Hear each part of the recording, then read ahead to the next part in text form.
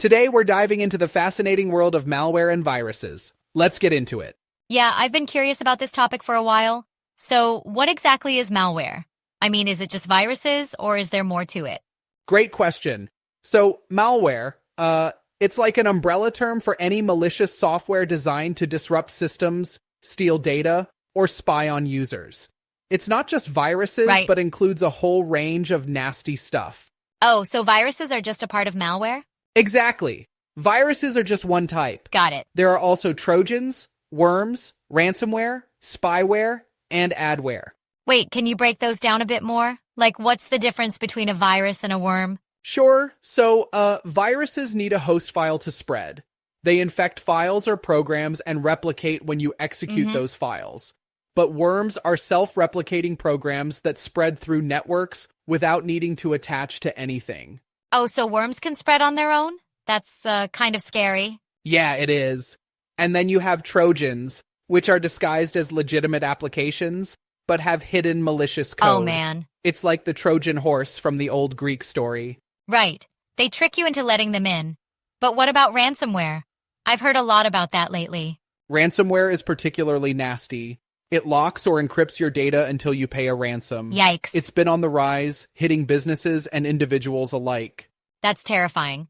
So basically, malware can take many forms. Exactly. And viruses are just one piece of that puzzle. They specifically infect files to replicate and need user action to spread. Other malware might spread on their own or have different goals. So why do people create malware in the first place? Well, there are several reasons. The most common is financial gain. Makes sense. Criminals steal data like credit card info or hold your data hostage with ransomware. So it's all about the money, huh? Often, yeah. But there's also espionage and data theft for strategic advantages, especially among companies and governments. Yeah. And some create malware to cause disruptions or further ideological or political agendas. Wow, so it's not just about money, but also power and influence. Exactly. And the people behind malware can range from organized cybercrime syndicates to nation-states, individual hackers, and even script kiddies. Script kiddies? What's a script kiddie? Oh, sorry. A script kiddie is an inexperienced individual who uses existing malware kits to launch attacks. Gotcha. They don't create the malware themselves, but rely on tools made by others. So they're like amateurs using pro tools? Exactly. It's like giving a paint-by-numbers kit to someone and calling them an artist. Haha, They might right. not understand what they're doing fully. That's interesting.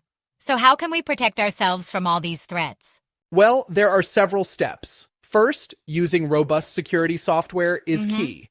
Install trusted antivirus and anti-malware tools, and keep them updated. Okay, but sometimes it feels like antivirus software slows down my computer. Yeah, I know it can feel that way, but it's a small price to pay for security. True. Plus, modern software is much more efficient now. Fair point. What else can we do? Practice safe browsing and email habits. Avoid clicking on suspicious links or opening unexpected attachments. Right. Be skeptical of pop-ups and offers that seem too good to be true. Yeah, those "you've won $1 million" pop-ups are always fishy. Exactly. And keep your systems and software updated. Oh, Updates yeah. often include security patches for known vulnerabilities. Guilty as charged. I always postpone updates. Haha, don't we all? But that's actually not a great idea. Those updates Really? often patch serious security issues. I guess I didn't realize how important they were. Yeah, it's tempting to click remind me later, but staying updated is crucial for security. I see. Any tips on creating strong passwords? Sure, use long and unique passwords for each account. You can use a password manager to help keep track of them, and That's enable helpful. multi-factor authentication wherever possible. So even if someone gets my password, they can't get in without the second factor? Exactly. It's like having two locks on your door. Makes Nice it much analogy. harder for attackers. What about network security? Good point. Use reputable VPNs when on public Wi-Fi and ensure your home network uses strong encryption like WPA2 or WPA3. Right. I've always wondered, are public Wi-Fi networks really that risky? They can be. Hackers can intercept data on unsecured networks. Yikes. So it's best to use a VPN to encrypt your connection. Got it. Anything else we should be doing? Yes, restrict administrative privileges on your devices. Operate daily under a non-admin account. Really? Reserve admin rights for when you really need them. How does that help? It limits potential damage if malware does get in. I Less see. access means less harm. Makes sense. What about backups? Absolutely. Regular data backups are crucial. Backup important files to external drives or secure cloud storage. Definitely. This is especially important if you fall victim to ransomware. So if ransomware encrypts my files, I can restore from a backup? Exactly. You won't have to pay the ransom because you have your data safe elsewhere. That's a relief. You know, all this talk is making me think I need to up my security game. It's always a good idea.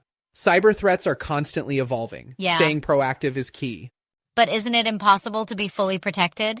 Well, nothing is 100%, but taking these steps significantly reduces True. your risk. It's like locking your doors.